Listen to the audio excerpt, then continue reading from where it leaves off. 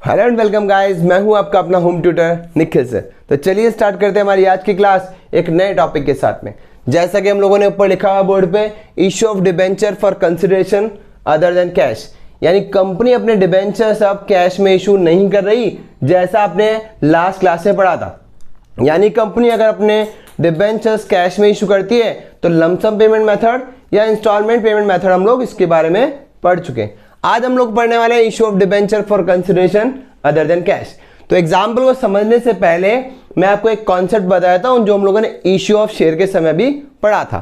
क्या पढ़ा था हम लोगों ने कि अगर हम लोग किसी कंपनी का एसेट्स परचेज करते हैं, जो भी एसेट्स हो, तो सभी एसेट्स को क्या करना होता है? डेबिट, क्योंकि एसेट्स का बैलेंस हमेशा डेबिट होता है। तो यह मैंने सन्डे एसेट क्यों लिखा है? क्योंकि एसेट्स में plant and machinery, furniture, stock या अदर कोई भी एसेट हो सकती है। जो भी एसेट गिवन होगी उन सभी को मैं डेबिट करूंगा। अभी मैंने क्या लिख दिया? Sunday assets account debit. और मैंने जिससे परचेज किया उस वेंडर का नीचे नाम लिख दूंगा, तो ये वेंडर का जो भी नाम गिवन होगा वो आ जाएगा। इसको क्या बोलते हैं हम लोग? Purchase consideration. यानी अगर हम लोगों ने किसी का एसेट यानी बिजनेस एक्वायर किया, उसके बदले हम लोग उसको परचेज करने के बदले क्या कंसिडरेशन पे कर रहे हैं, ये किसके सामने लिखते हैं हम लोग? वेंडर को जो पेमेंट करना था उसके सामने। तो आपने ये पढ़ा होगा इशू ऑफ शेयर में, मैंने आपको समझाया था sundry assets account debit to vendor. अब वेंडर को पेमेंट करना है तो क्या लिखोगे? वेंडर्स अकाउंट डेबिट और टू कैश। लेकिन हम लोगों ने क्या पढ़ा अभी कि हम लोग वेंडर को जो है वो पेमेंट कैश में नहीं दे रहे, उसकी जगह हम लोग क्या कर रहे हैं? डिबेंचर इशू कर रहे हैं। तो कैश को हटा के मैंने क्या लिख लिया? Percentage of debentures. अब कंपनी ये डिबेंचर्स कैसे कैसे इशू कर सकती है? एट पार पे भी कर सकती है, एट डिस्काउंट पे भी कर सकती है और एट प्रीमियम पे भी कर सकती है, जैसा भी केस क्वेश्चन में गिवन होगा। ये हम लोग एग्जांपल से समझ लेंगे। इसके बाद आप लोगों ने एक चीज और पढ़ी होगी कि अगर क्वेश्चन में एसेट्स के साथ साथ लायबिलिटीज भी गिवन है, एसेट्स के साथ में लायबिलिटीज भी गिवन है, तो आपको क्या करना पड़ेगा? लायबिलिटीज को भी एक्वायर करना पड़ेगा। तो जैसे एसेट्स का बैलेंस डीआर किया था, वैसे लायबिलिटीज का बैलेंस हम लोग क्या कर लेंगे? क्रेडिट कर लेंगे। ठीक है। अब हम लोग एक एग्जांपल लेते हैं फटाफट से कि मान लो कंपनी ने एसेट्स एक्वायर किए कितने रुपए की? 10 लाख रुपीज की, और साथ ही साथ लायबिलिटीज भी एक्वायर किए कितने की? 1 लाख रुपीज की।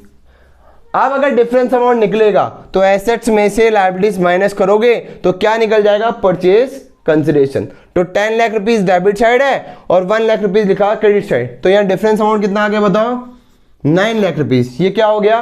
परचेज कंसिडरेशन, जो हमें वेंडर को पे करना है। तो वेंडर को जो पे करना है उसके सामने लिख दो। जिस वेंडर का बैलेंस 9 लाख रुपीज क्रेडिट है, उसको 9 लाख रुपीज से क्या कर देंगे हम लोग? डेबिट कर देंगे। और डिबेंचर इशू करेंगे एट पार, प्रीमियम या डिस्काउंट पे। उसके लिए हमें नंबर ऑफ डिबेंचर्स पहले निकालने पड़ेंगे, जैसे कि हम लोगों ने इशू ऑफ शेयर में भी पढ़ा था कि नंबर ऑफ शेयर निकालने के लिए या नंबर ऑफ डिबेंचर निकालने के लिए हम लोग क्या लिखेंगे? अमाउंट पेड टू वेंडर, यानी जितना अमाउंट मैं वेंडर को पे करने वाला हूं वो ऊपर लिखेंगे, divide by face value of debenture. अगर डिबेंचर का फेस वैल्यू 10 रुपीज या 100 रुपीज जो भी है वो लिखेंगे। एट पार पे इशू किया है, प्रीमियम पे किया है तो प्रीमियम प्लस कर देना, और डिस्काउंट पे किया है तो डिस्काउंट को माइनस कर देना। ये हम लोग एक एग्जांपल से अभी समझ लेंगे। अभी हम लोग आगे बात करते हैं एक और नई चीज के बारे में। अगर क्वेश्चन में गिवन है परचेज कंसिडरेशन पहले से ही कि कंपनी जो वेंडर को पेमेंट कर रही है वो कर रही है मान लो 13 लाख रुपीज का।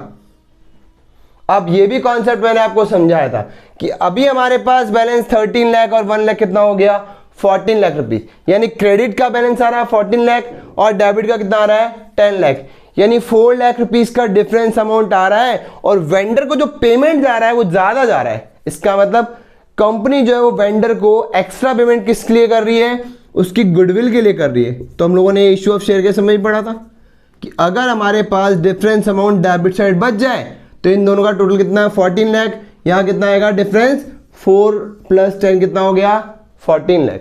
यानी अगर क्वेश्चन में परचेज कंसिडरेशन पहले से गिवन हो और डिफरेंस अमाउंट अगर कहां आ रहा है? डेबिट साइड में, तो किसका लिखोगे अमाउंट? गुडविल का लिखोगे बैलेंसिंग फिगर से। अगर इसका अपोजिट हो जाए तो जैसे जैसे एसेट एक्वायर की वो तो मैंने 10 लाख ही मान ली चलो, और लायबिलिटीज है वो भी मैंने 1 लाख रुपीज मान ली। पर अब जो वेंडर को पेमेंट कर रहा है वो पेमेंट अगर क्वेश्चन में गिवन है, मान लो गिवन है कि वेंडर को जो पेमेंट कर रहा है वो कर रहा है कितना 8 लाख रुपीस का। अब बताओ डिफरेंस किधर बच रहा है? डिफरेंस ऊपर आ रहा है 10 लाख रुपीस और नीचे कितना आ रहा है 9 लाख रुपीस, यानी डिफरेंस किधर आया क्रेडिट साइड में। तो यहां लिखोगे 1 लाख रुपीस और नेक्स्ट क्या लिखोगे 2 कैपिटल रिजर्व। यानी अगर डिफरेंस हमारा एसेट साइड में बचता है तो किससे क्लोज होगा? गुडविल से, और लायबिलिटी साइड बचता है तो किससे क्लोज होगा? वो कैपिटल रिजर्व से। जैसा भी केस होगा हम लोग एक क्वेश्चन में अलग अलग पॉइंट समझा देंगे कि एक क्वेश्चन लेंगे हम लोग जिसमें गुडविल बैलेंस बचता है, एक क्वेश्चन ले लेंगे जिसमें कैपिटल रिजर्व बचता है। तो हम लोग 3 क्वेश्चन इससे रिलेटेड ले लेंगे और मैं आपको ये सारा टॉपिक अच्छी तरह समझा दूंगा। तो चलिए स्टार्ट करते हैं हमारा आज का एग्जाम्पल जो मैं आपको बताने वाला हूं। जिन लोगों के पास टीएस ग्रेवाल है उनके पास मैंने ये एग्जाम्पल लिया है टीएस ग्रेवाल से, एग्जाम्पल नंबर 8। जिन लोगों के पास टीएस ग्रेवाल नहीं है उनके लिए क्वेश्चन मैंने ऑलमोस्ट बोर्ड पे लिख लिए। तो चलिए स्टार्ट करते हैं। एग्जाम्पल बोलता है एक्स लिमिटेड ने एक्वायर किया एसेट्स, कितने रुपए का है बताओ? एसेट्स 7 लाख। तो एसेट्स की जगह कितना लिख लेता हूं 7 लाख रुपीस। फिर बोलता है एंड लायबिलिटीज भी एक्वायर की, कितने रुपए की? 60,000 रुपीज की। तो लायबिलिटीज के सामने लिखो कितना 60,000 रुपीज।